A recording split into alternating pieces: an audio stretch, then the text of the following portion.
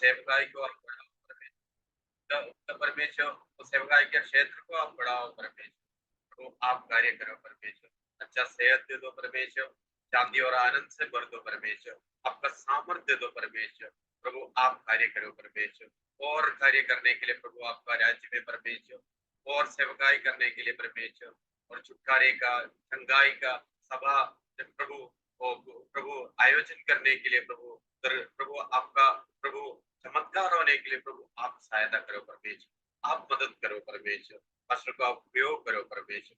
धन्यवाद करते हैं समय के लिए, ये समय आपका पवित्र हाथों में ओके, तो मेरा आपको शक्ल नहीं दिख रहा ऐसा।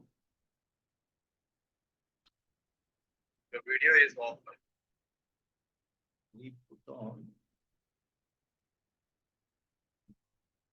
हाँ, आज हम लोग जो है चर्च एज को समराइज करेंगे। चर्च एज जो है, हम लोग ने प्रकाशित वाक्य का जो स्टडी है वो चालू किया था, तो हम लोग ने देखा कि पहला 2 चैप्टर्स जो हैं वो चर्च, 3 चैप्टर्स 1 2 3 वो चर्च के लिए है, और थर्ड चैप्टर में जो है आफ्टर थर्ड चैप्टर रेवलेशन का, प्रकाशित वाक्य का रैप्चर होता है, कलीसिया उठा लिया जाता है, और उसके बाद में जो है पूरा का पूरा सताव, अति सताव, ट्रिबुलेशन का पीरियड चालू होता है। तो हम लोग ने पहले 4 चर्चेस के बारे में, 4 कलीसियाओं के बारे में स्टडी किया।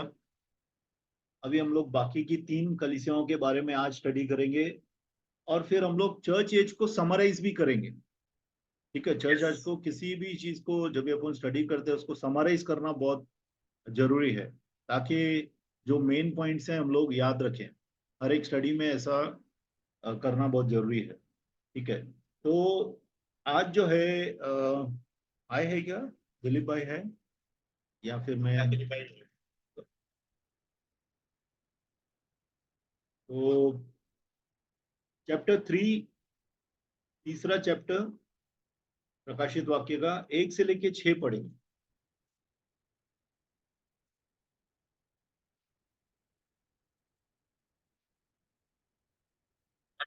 कलीसिया के स्वर्गदूत को ले, जिसके पास परमेश्वर की 7 आत्माएं और 7 तारे हैं, ये कहता है कि मैं तेरे कामों को जानता हूँ कि तू जीवित तो कहलाता है पर है मरा हुआ। जागरूक हो और उन वस्तुओं को जो बाकी रह गई है और जो मिटने को है उन्हें ढूंढ कर, क्योंकि मैंने तेरे किसी काम को अपने परमेश्वर के निकट पूरा नहीं पाया। इसलिए स्मरण कर कि तूने किस रीति से शिक्षा प्राप्त की और सुनी थी, और उसमें बना रह और मन फिरा। और यदि तू जागरूक न रहेगा तो मैं चोर के समान आ जाऊंगा और कदापि न जान सकेगा कि मैं किस घड़ी तुझ पर आ पड़ूंगा। पर हाँ, सर्दिस में तेरे यहाँ कुछ ऐसे लोग हैं जिन्होंने अपने अपने वस्त्र अशुद्ध नहीं किए। वे श्वेत वस्त्र पहने हुए तेरे साथ घूमेंगे, क्योंकि वे इस योग्य हैं। जो जय पाए से इसी प्रकार श्वेत वस्त्र पहनाया जाएगा, और मैं उसका नाम जीवन की पुस्तक में से इसी रीति से न काटूंगा, पर उसका नाम अपने पिता और उसके स्वर्गदूतों के सामने मान लूंगा। जिसके कान हो वह सुन ले कि आत्मा कलीसियाओं से क्या कहता है। आमीन।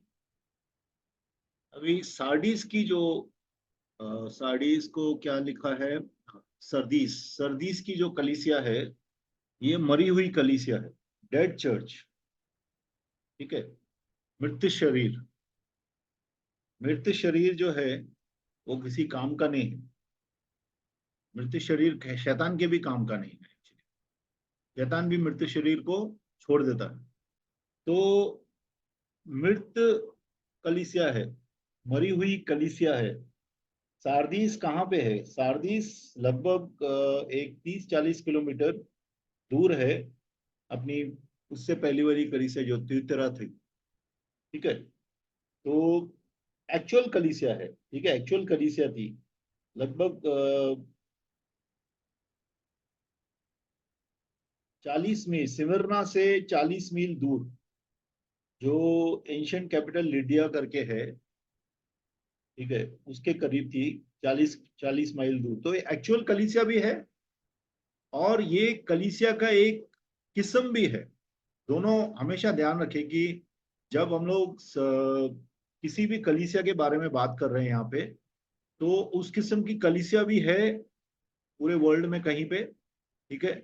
और चर्च एज में भी रहेगी ऐसी टाइप की कलीसिया, और उस समय एक्चुअल वो कलीसिया भी थी। तो भी यहाँ पे जब इसमें जैसा बोलता है कि जिसके पास परमेश्वर की 7 आत्माएं और 7 सितारे हैं। मैंने आपको पहला इसमें ही बता दिया था कि 7 आत्माएं जो है पवित्र आत्मा के 7 किस्म के जो काम हैं उनके बारे में दर्शाता है। 7 तारे जो है वह स्वर्गदूत, मतलब कि कलीसियाओं के अगुए है, ठीक है। और परमेश्वर हमेशा जो है हर एक बात को जांचता है। देखो, परमेश्वर किसी भी बात को बिना जांचने के अपने ऊपर थोपता नहीं है। कितना बार परमेश्वर खुद जाके जजमेंट लाने के पहले कहीं पे खुद जाके चेक करता है कि वैसा चल रहा है क्या। अगर आप देखेंगे लूत के समय में अब्राम के पास जब प्रभु आया था अपने 2 स्वर्गदूतों के साथ, तो वो देखने के लिए आया था कि सच में वैसा ही हुआ है, हो रहा है क्या लूत के जगह पे। लूत जहाँ पे था सादोम और गमोरों में वैसे ही चल रहा था कि अ, सिर्फ सुनी सुनाई बात थी। तो प्रभु हमेशा चेक करता है, इसके लिए प्रभु ने वो यहाँ पे लिख रहा है कि मैंने तेरे कामों को जानता हूं, मैं तेरे कामों को जानता हूं, तू जीवित तो कहलाता है पर मरा हुआ है। देखो कितना बार ऐसा लग रहा है कलीसिया वाइब्रेंट है, बहुत अच्छा म्यूजिक है, बराबर, बहुत सी चीजें हो रही है, बहुत सा एक्टिविटी बहुत है, लेकिन वो जीवित नहीं है। जीवित कौन सी रहती है चीजें? जीवित कौन सी रहती है चीजें? जीवित वो चीजें रहती है जिसको कि दिमाग चलाता है। आया ना? जीवित चीज कोई भी दिमाग से चलती है, मस्तिष्क से चलती है। मृत, बराबर, मृत शरीर जो रहता है, मृत रहता है, मृतक, उसके अंदर दुष्ट आत्मा भी घुस जाया गया तो उसको उठा सकता है, बराबर। मैं पुनरुत्थान की बात नहीं कर रहा हूं। तो अभी यहाँ पे एक्टिविटी बहुत है, लेकिन परमेश्वर के द्वारा नहीं है। परमेश्वर के आत्मा के द्वारा एक्टिविटीज नहीं हो रही है। काम बहुत है, लगता है कि लाइव है, बहुत से इवेंट्स चल रहे हैं, बहुत से काम चल रहे हैं। मैं एक्चुअली नाम नहीं बोलता हूँ, एक जगह पे मैं गया था बहुत साल पहले, लगभग 20 23 साल 24 साल पहले, एक दूसरा देश में गया था। वहां पे जो कलीसिया थी, बहुत बड़ी कलीसिया थी, मतलब 2-3 हजार लोग से भी ज्यादा शायद बैठे हुए थे। और अलग अलग जानवरों की बातें, आवाजें निकाल रहे थे सब लोग। कोई गाय की आवाज निकाल रहा था, कोई शेर की आवाज निकाल रहा था, ठीक है, कोई कुत्ते की आवाज निकाल रहा था। और सब लोग बोल रहे थे कि ये जो है ना पवित्र आत्मा अलग अलग जानवरों का आवाज निकाल रहा है लोगों के अंदर। तो मुझे नहीं पटी ये बात, मेरा दिल में लगा कि ये तो बोल रहे हैं लोग, बहुत आगे बढ़ गए अभी, पवित्र आत्मा जानवरों के आवाज में बोलने लगा है इनके अंदर से। तो मुझे वो पटा नहीं। आके वो लोग प्रार्थना करने लगे, काफी लोगों को प्रार्थना कर रहे थे वो लोग। तो मेरे नजदीक भी था एक, प्रार्थना कर रहा था, तो मेरे पास भी आया। मेरे को याद नहीं मुझे मेरे ऊपर हाथ रखा या नहीं, लेकिन मैं गिरा नहीं, कुछ भी नहीं हुआ। और मेरे ही नजदीक एक बॉयफ्रेंड गर्लफ्रेंड थे शायद, पति पत्नी नहीं थे। वो कुत्ते की आवाज में भौंकने लगे। तो हम लोग साथ में, दूसरा भी एक इंडियन आदमी था मेरे साथ, तो वो भी पेंटिकॉस्टल है। बोला, ये क्या हो रहा है यार, कुत्ते की आवाज में आवाज कर रहे हैं लोग, ये तो मैनिफेस्ट कर रहा है एक्चुअली, बराबर ना, मैनिफेस्ट कर रहे हैं। ये लोग बोल रहे हैं पवित्र आत्मा आवाज, पवित्र आत्मा थोड़ी ऐसा बात करता है, जानवरों की आवाज में बात करता है क्या? तो कितना बार क्या होता है कि हम लोग को लग रहा है बहुत से लोग जो है वो कलीसिया में जाते थे और बोलते थे कि अरे ये तो परमेश्वर का बहुत इधर काम चल रहा है, बहुत से परमेश्वर के पवित्र आत्मा का मैनिफेस्टेशन हो रहा है। लेकिन एक्चुअली उल्टा था। तो यहाँ पे भी ये जो बता रहा है सार्डिस को, क्या बोल रहा है कि तुझे बोलते हैं लोग कि तू जीवित है, तू जीवित तो कहलाता है। परमेश्वर क्या बोल रहा है, तू जीवित तो कहलाता है पर है मरा हुआ। ठीक है, तू जीवित कहला रहा है खुद को लेकिन मरा हुआ है। और जब मरता है आदमी तो स्लोली उसके शरीर के भाग मरने चालू होते हैं। बराबर, सर सर पहले नहीं मरता है, सर एंड में ही मरता है। तो अगर सर पहले ही मर गया तो पूरा शरीर मर जाएगा। बराबर। तो एक एक भाग जो है आपका डेड होता जाता है। तो प्रभु क्या बोलता है यहाँ पे कि जागृत हो और उन हस्तियों को जो बाकी रह गई हैं और जो मिटने को है उन्हें दृढ़ कर, क्योंकि मैंने तेरे किसी काम को अपने परमेश्वर के निकट पूरा नहीं पाया। परमेश्वर के काम चालू किए तो पूरा करना जरूरी है। अगर परमेश्वर की काम हम लोग चालू करते हैं, आधे में छोड़ते हैं, तो परमेश्वर उसका आकलन बराबर नहीं करता है। आप कुछ भी परमेश्वर ने आपको बताया है उसको अंजाम देना जरूरी है, उसको काम को पूरा करना जरूरी है। अभी यहाँ पे जो है बहुत सी एक्टिविटीज चालू है लेकिन परमेश्वर के द्वारा नहीं चालू है। ठीक है। और ये कलीसिया बहुत बहुत ही रिच भी हो गया है। बराबर है ना। और कितना बार क्या लोग सोचते हैं बहुत पैसा आ गया तो कलीसिया के ऊपर बहुत आशीष है, सब सब लोग अमीर हो गए, सब लोग को बंगले गाड़ियां ये वो सब बड़े बड़े जॉब्स, अच्छे बिजनेसेस चल रहे हैं। तो लोग क्या सोचते हैं अभी बहुत आशीर्वाद आ गया परमेश्वर का। बराबर। ऐसा लोगों का सोचना है, लेकिन परमेश्वर का सोचना अलग रहता है। परमेश्वर जो है वैसा देखते हैं। स्मरण कर तूने किस कैसी शिक्षा शिक्षा प्राप्त की और सुनी थी, और उसमें बना रहे मन फिरा। यदि तू जागृत न रहेगा तो मैं चोर के समान आ जाऊंगा और तू कदापि न जान पाए सकेगा कि मैं किस घड़ी तुझ पर आ पड़ेगा। देखो, आज भी शिक्षा चल रही है। बराबर। हम लोग आज स्टडी कर रहे हैं, किसके लिए स्टडी कर रहे हैं? स्टडी अपने ज्ञान को बढ़ाने के लिए कर रहे हैं कि स्टडी हम लोग कर रहे हैं ताकि हम परमेश्वर में और ज्यादा उसके वचनों में बढ़े और उसके वचन को पूरा करें। क्योंकि शिक्षा का देने शिक्षा देना और शिक्षा में चलना, शिक्षा को सुनना, ठीक है, तीनों जरूरी है। लेकिन सबसे ज्यादा है शिक्षा में चलना। अभी अविश्वासी लोग भी अगर परमेश्वर की शिक्षा जो उन्होंने सुनी नहीं है लेकिन परमेश्वर के वचन में अगर चलते हैं तो उनके ऊपर भी आशीष आती है। बराबर। आखिरी दिनों में उनका कैसा न्याय होगा? उनका न्याय उनके कर्मों के हिसाब से होगा। तो प्रभु का वचन यहाँ पे क्या कहता है कि जो शिक्षा तूने सुनी है पहले से लेके उसमें बना रहे। ठीक है, उसमें बना रहना बहुत जरूरी है। मन फिरा, मन फिरा, क्योंकि मन भटक सकता है। कितने बार पुराने पाप आपके ऊपर हावी हो सकते हैं। जो पाप आप छोड़ के आए हैं उन पापों को हावी होने मत दे। मन फिरा और प्रभु के अंदर बना रहे। बराबर। प्रभु के अंदर बना रहने का मतलब क्या है? प्रभु के अंदर बना रहने का मतलब है कि धार्मिकता के वस्त्र, धार्मिकता के वस्त्र हम लोग पहने हुए हैं। बराबर।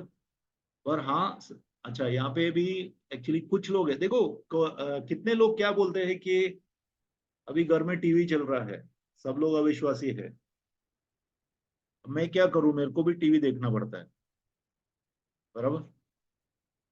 सब लोग दारू पी रहे हैं, मुझे भी थोड़ा जबरदस्ती पीना पड़ता है। बराबर।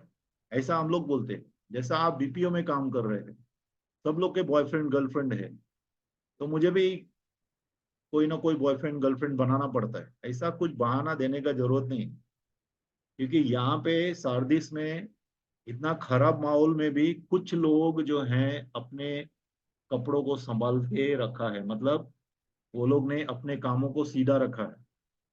पर हाँ, सार्दिस में तेरे यहाँ कुछ ऐसे लोग हैं जिन्होंने अपने अपने वस्त्र अशुद्ध नहीं किए, ठीक है। वे श्वेत वस्त्र पहने हुए मेरे साथ घूमेंगे क्योंकि वे इस योग्य हैं।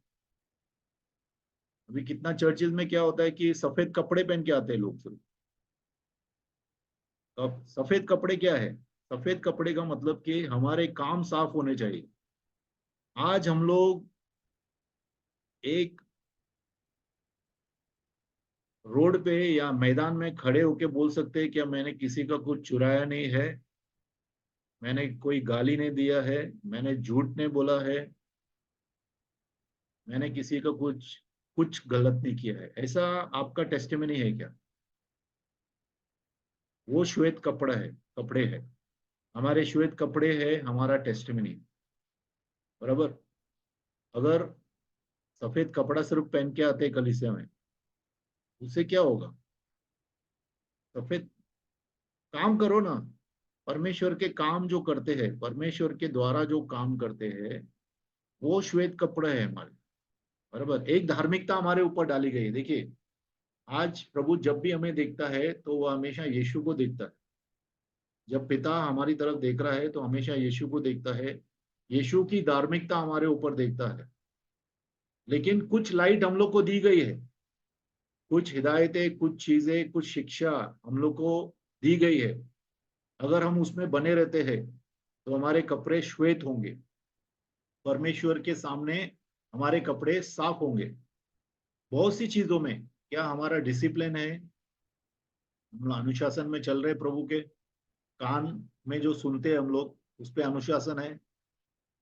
सब जो गाली गलौज कहीं पे चल रहा है वहां पे खड़े रहते हैं क्या हम लोग? सुनते हैं क्या? ठट्ठा करते हैं क्या उनका? हाँ, प्रभु का वचन बोलता है ठट्ठा करने वालों के साथ मत बैठो, बोला है ना। हाँ, अपनी जबान के ऊपर हम लोग निरीक्षण रखते हैं क्या? हमारी आंखों के ऊपर निरीक्षण रखते हैं क्या? हमारी आंखें साफ रहती है क्या? ये कुछ चीजें है।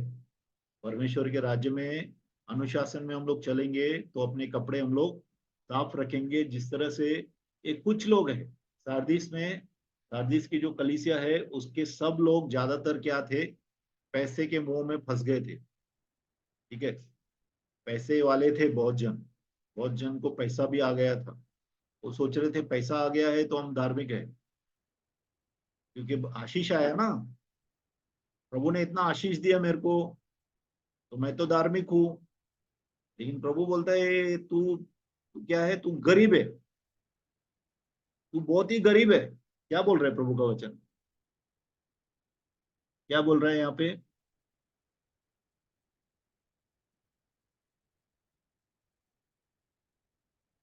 एक मिनट,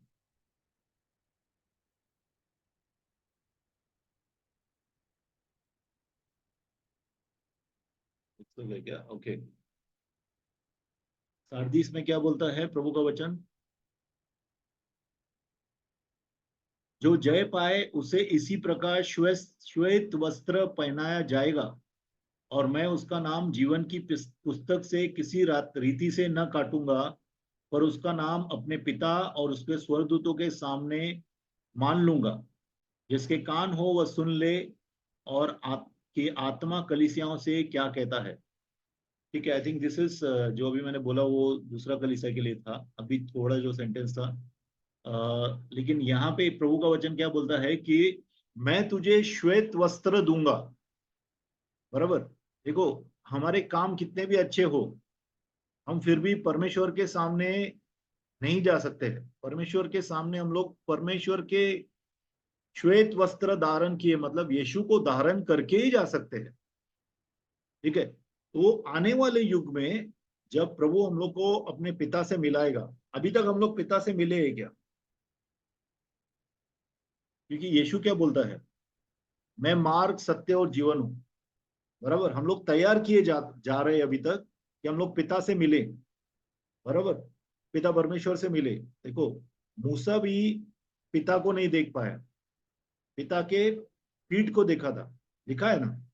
वैसे ही हमें प्रभु जो है तैयार कर रहा है, और परमेश्वर के परफेक्ट वर्क्स जो है, परमेश्वर का परफेक्ट जो हमारे ऊपर परमेश्वर वस्त्र डालेगा, यीशु मसीह के वस्त्र, उसके द्वारा ही हम लोग पिता से मिल सकते हैं। इसके लिए प्रभु यहाँ पे क्या कहता है कि श्वेत श्वेत वस्त्र पहनाया जाएगा और उसका नाम जीवन की पुस्तक में किसी राति से नहीं काटूंगा। अभी एक बात बताइए, कितने जगह पे एक चीज है कि एक पास्टर को मैंने ये भी कहते हुए सुना था कि प्रभु ऐसा नहीं करते, अभी आज का दिन में जीवन का पुस्तक में आपका नाम लिखा, कल काट दिया, फिर परसों लिखा, फिर काट दिया। ऐसा नहीं होता है, एक बार लिखा तो लिखा, ऐसा नहीं है।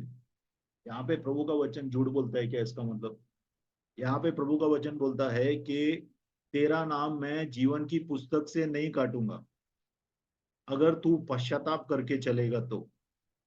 इसका मतलब अगर मैं पश्चाताप नहीं करूंगा तो मेरा नाम काटा जा सकता है?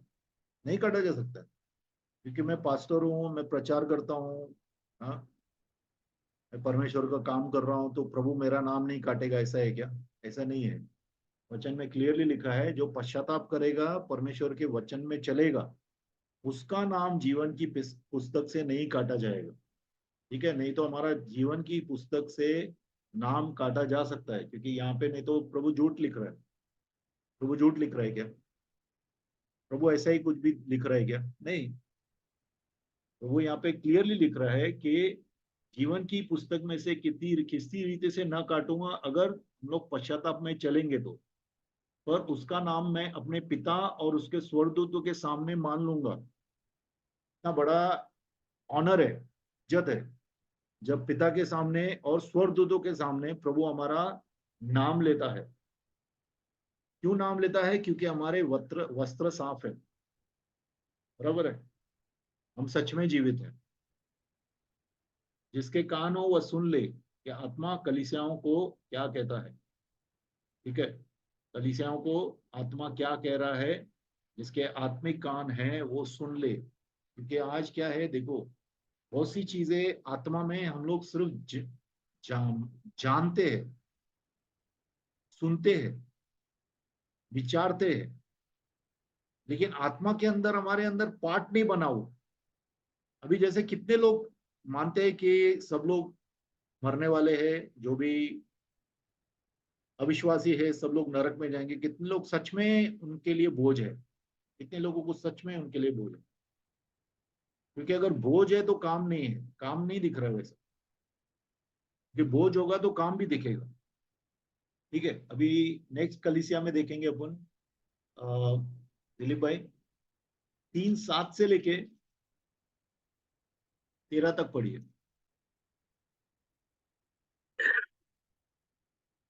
किया कि कलीसिया के स्वर्गदूत को यह लिख, जो पवित्र और सत्य है और जो दाऊद की कुंजी रखता है, जिसके आगे खोले हुए को कोई बंद नहीं कर सकता और बंद किए हुओं को कोई खोल नहीं सकता। वह ये कहता है, मैं तेरे कामों को जानता हूँ। देख, मैंने तेरे सामने एक द्वार खोल रखा है जिसे कोई बंद नहीं कर सकता। तेरी सामर्थ थोड़ी सी तो है, फिर भी तूने मेरे वचन का पालन किया है और मेरे नाम का इनकार नहीं किया। देख, मैं शैतान के आराधनालय वालों को तेरे वश में कर दूंगा, जो यहूदी बन बैठे हैं पर है नहीं, वरन झूठ बोलते हैं। मैं ऐसा करूंगा कि वे आकर तेरे चरणों में दंडवत करेंगे और यह जान लेंगे कि मैंने तुझसे प्रेम रखा है। तूने मेरे धीरज के वचन को थामा है, इसलिए मैं भी तुझे परीक्षा के उस समय बचा रखूंगा जो पृथ्वी पर रहने वालों के परखने के लिए सारे संसार पर आने वाला है। मैं शीघ्र ही आने वाला हूँ। जो कुछ तेरे पास है उसे थामे रह, कि कोई तेरा मुख छीन न ले। जो जय पाए उसे मैं अपने परमेश्वर के मंदिर के एक खंभा बनाऊंगा और वो फिर कभी बाहर न निकलेगा। और मैं अपने परमेश्वर का नाम और अपने परमेश्वर के नगर अर्थात नए यरूशलेम का नाम, जो मेरे परमेश्वर के पास से स्वर्ग पर से उतरने वाला है, और अपना नया नाम उस पर लिखूंगा। जिसके कान हो वह सुन ले कि आत्मा कलीसियाओं से क्या कहता है। आमीन। अभी ये कलीसिया जो है फिलाडेल्फिया का कलीसिया है, बराबर? फिलाडेल्फिया ही लिखा है, हाँ, फिलदिफिया। अभी फिलदिफिया का कलीसिया जो है वो जो है 30 मील, सारदीस से 30 मील दूर है। ठीक है। अभी ये कलीसिया को अगर एक नाम दें कि ये कलीसिया का काम क्या है, ये कलीसिया जो है विश्वास पात्र कलीसिया है, जो विश्वास में चल रहा है, ऐसा कलीसिया है। ठीक है। और अगर आप देखेंगे प्रभु यहाँ पे उसको बता रहा है, स्टार्टिंग भी करता है तो प्रभु बोलता है कि मैं जो दरवाजा खोलता हूँ वो खुल जाता है, जो मैं बंद करता हूँ वो बंद रहता है। बराबर। इसमें ऐसा लग रहा है कि ये कलीसिया में जो फेथफुल लोग थे उनको बाहर निकाल दिया गया, उसको कलीसिया से बाहर निकाल दिया गया क्योंकि वो फेथफुल थे, वो विश्वास पात्र थे। उसको कलीसिया से बाहर निकाल दिया गया है। इसके लिए प्रभु यहाँ पे क्या बोलता है, साथ में, जो पवित्र और सत्य है, जो दाऊद की कुंजी रखता है, जिसके खोले हुए को कोई बंद नहीं कर सकता और बंद किए हुए को कोई खोल नहीं सकता। ठीक है। प्रभु यहाँ पे बता रहा है कि उसको दाऊद की कुंजी है। कुंजी क्या दर्शाती है? कुंजी जो है अधिकार को दर्शाती है। बराबर। कुंजी से आप दरवाजे को खोल सकते हैं, कुंजी से आप दरवाजे को बंद कर सकते हैं। तो परमेश्वर को, यीशु मसीह को, खास करके यीशु मसीह को किसी भी दरवाजे की खोलने की और बंद करने की कुंजी है। आज कितने ही लोग जो है ऐसा सोच रहे हैं कि मेरा मिनिस्ट्री बढ़ क्यों नहीं रहा है, दरवाजे क्यों नहीं खुल रहे हैं। तो एक समय आएगा जब प्रभु दरवाजे खोलना चालू करेगा, क्योंकि दाऊद की कुंजी प्रभु के हाथ में है। ठीक है। मैं तेरे कामों को जानता हूं। ठीक है। मैंने तेरे सामने एक द्वार खोल रखा है जिसको कोई बंद नहीं कर सकता। तेरी सामर्थ्य थोड़ी सी है, फिर भी तूने मेरे वचन को पालन किया है और मेरे नाम का इनकार नहीं किया है। कितना बार परमेश्वर का द्वार सामने खुला हुआ रहता है, लेकिन हम लोग को ताकत नहीं रहती है कि उसमें अंदर घुस सके। कितना बार मिनिस्ट्री, बहुत सा मिनिस्ट्री के आपको अपॉर्चुनिटी आएंगी, लेकिन आपको लगेगा कि मेरे अंदर ताकत ही नहीं है मिनिस्ट्री करने का, ये सेवा करने के लिए मुझे अंदर से ताकत नहीं है, शारीरिक निर्बलता है, या कोई ना कोई कमी है जिससे आप पूरा नहीं कर पाते, मिनिस्ट्री नहीं कर पाते। तो प्रभु का वचन क्या बोलता है कि तेरा सामर्थ भले ही छोटा है, तुझे लग रहा है कि तुझे ताकत नहीं है, सामर्थ थोड़ी सी है, फिर भी तूने मेरे वचन का पालन किया है। ठीक है। मेरे नाम का इनकार नहीं किया है, और प्रभु ने एक द्वार खोला है उनके लिए। देखो क्या होता है, जब आप फेथफुल रहते हैं, जब आप सही वचन देते हैं, और देखो प्रॉफिट्स को बुलाया नहीं जाता था, आपको मालूम है पुराने प्रॉफिट्स को बुलाते नहीं थे, राजा लोग नहीं बुलाते थे, दूसरे लोग भी नहीं बुलाते थे। क्यों? आपको क्या लगता है, जरमाया, नेमाया, ये सब लोग जो भी है प्रॉफिट्स थे, नेथन, ये सब लोग को क्या वेलकम था सब जगह जाके अलग अलग कलीसियाओं में प्रचार करते थे क्या? नहीं था ऐसा। इनफैक्ट लोगों उनके सामने दरवाजा बंद कर देते थे, कितने लोगों को पत्थरवा करते थे, कितने लोगों को मार डालते थे। ठीक है। तो आज बदली नहीं हुआ है माहौल, माहौल वैसा ही है। लेकिन जब परमेश्वर दरवाजा खोलता है तो उस दरवाजे में आप घुस के काम कर सकते हैं प्रभु का। ठीक है। यहाँ पे भी जो है ये फेथफुल कलीसिया है, फिलाडेल्फिया का फेथफुल मतलब विश्वास पात्र कलीसिया है। इसने अपना बराबर स्टैंड लिया है, परमेश्वर के लिए वो लोग खड़े हुए हैं। ठीक है। अभी यहाँ पे शैतान के, इनके इनके कलीसिया में भी कुछ शैतान के लोग हैं। शैतान के उन सभा वालों को तेरे वश में कर दूंगा जो यहूदी बन बैठे पर ना, पर है नहीं, वरना झूठ बोलते हैं। देख मैं ऐसा करूंगा कि वे आकर तेरे पैरों के पर गिरेंगे और यह जान ले कि मैं तुझसे तुझसे प्रेम रखा है। मैंने, ये जान लेंगे कि मैंने तुझसे प्रेम रखा है। अभी पॉसिबिलिटी ऐसा है कि बहुत से फेथफुल लोगों को कलीसिया से निकाल दिया गया, और झूठे जो लोग थे, शैतान के जो लोग थे, वो शायद लीडरशिप में थे उस वक्त उधर, और वो लोग ने इन लोगों को, फेथफुल लोगों को निकाल दिया। अभी निकाल दिया, लेकिन उसके बाद में भी परमेश्वर का काम उनके ऊपर बना रहा, परमेश्वर की सेवा वो लोग करते रहे। और एक दिन ये लोग को रियलाइज हुआ कि ये लोग परमेश्वर का सामर्थ्य में चल रहे हैं, और वो लोग आके उनसे माफी मांगेंगे। ठीक है, ऐसा परमेश्वर का वचन यहाँ पे कहता है। ठीक है, और ये परमेश्वर करेगा, मैं ऐसा करूंगा। देखो, जब परमेश्वर करता है ना, तो कोई उसके सामने खड़ा नहीं रह सकता है। कोई भी हो, बड़े से बड़ा तुरम खान हो ना, परमेश्वर के सामने खड़ा नहीं रह सकता है, उसको झुकना ही पड़ता है। तूने मेरे धीरज के वचन को थामा है। कितना बार सिर्फ हम लोग को धीरज करना है और खड़े रहना है।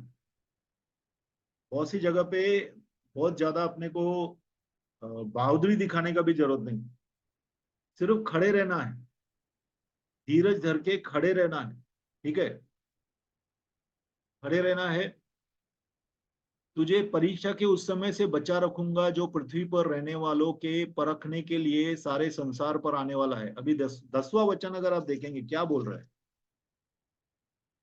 तूने मेरे धीरज के वचन को थामा है। बराबर, परमेश्वर ने बोला बी पेशेंट, अपना धीरज बना के रख, और वो धीरज में रहा, परीक्षा में पास हो गया। ठीक है, तो ये रैप्चर के बारे में बात कर रहा है। उड़ान में फेथफुल कलीसिया को डायरेक्टली प्रभु बोलता है तू रैप्चर में जाएगा। बराबर, जो फेथफुल कलीसिया है फिलाडेल्फिया का, उनके लोगों को बोल रहा है प्रभु कि तुम लोग रैप्चर में जाओगे। ठीक है, मैं पूरी पृथ्वी पर जो आने वाला है, जो विपत्ति आने वाली है, बराबर, उससे प्रभु बचा के लेके जाएगा अपने कलीसिया को। मैं शीघ्र ही आने वाला हूं, जो कुछ तेरे पास है उसे थामे रहे, तो कोई तेरा मुकुट छीन न ले। बराबर, हम लोग का मुकुट छीन न ले। हम लोग बराबर पेशेंटली परमेश्वर के साथ चलते रहें, चलते रहें। जितना हम लोग प्रभु के साथ पेशेंटली अपने धैर्य को थाम के चलते रहेंगे, तो हमें जय मिलेगी और जय का मुकुट मिलेगा। देखो यहाँ ये इंपॉर्टेंट बात है। 12वां वचन क्या बोलता है, जो जय पाए उसे मैं अपने परमेश्वर के मंदिर में एक खंभा बनाऊंगा, और वह फिर कभी बाहर न निकलेगा, और अपने परमेश्वर का नाम और अपने परमेश्वर के नगर अर्थात नए यरूशलेम का नाम, जो परमेश्वर के पास से स्वर्ग पर से उतरने वाला है, और अपना नया नाम उस पर लिखूंगा। अभी यहाँ पे बता रहा है कि देखो, कलीसिया, अभी यहाँ पे ये लोग निकाले गए थे, बराबर, कलीसिया से निकाले गए थे क्योंकि ये विश्वासी थे, विश्वास पात्र थे, फेथफुली परमेश्वर के साथ चल रहे थे। तो यहाँ पे परमेश्वर उसको क्या बताता है, वाचा क्या देता है कि तू एक खंबे की तरह परमेश्वर के भवन में रहेगा। खंबा कभी बाहर नहीं जाता है। कितने लोग परमेश्वर के भवन में खंबा बनना चाहते हैं? खंबे का दो काम रहते हैं। एक तो खंबा एक जगह रहता है, खंबा इधर उधर जाता नहीं है, एक जगह टिका रहता है, स्टेबल रहता है। और दूसरा जो है, खंबा जो है पूरे भवन को सपोर्ट करता है, पूरे के पूरे भवन के तो भवन का आधार जो है खंभों के ऊपर रहता है। बराबर, तो प्रभु का वचन कहता है जो विश्वास पात्र लोग हैं उनको परमेश्वर अपने राज्य में खंबा बनाएगा, स्टेबल बनाएगा। और वो लोग परमेश्वर कितना बार हम लोग की तरफ देखता है कि हम विश्वास पात्र रहेंगे या नहीं रहेंगे।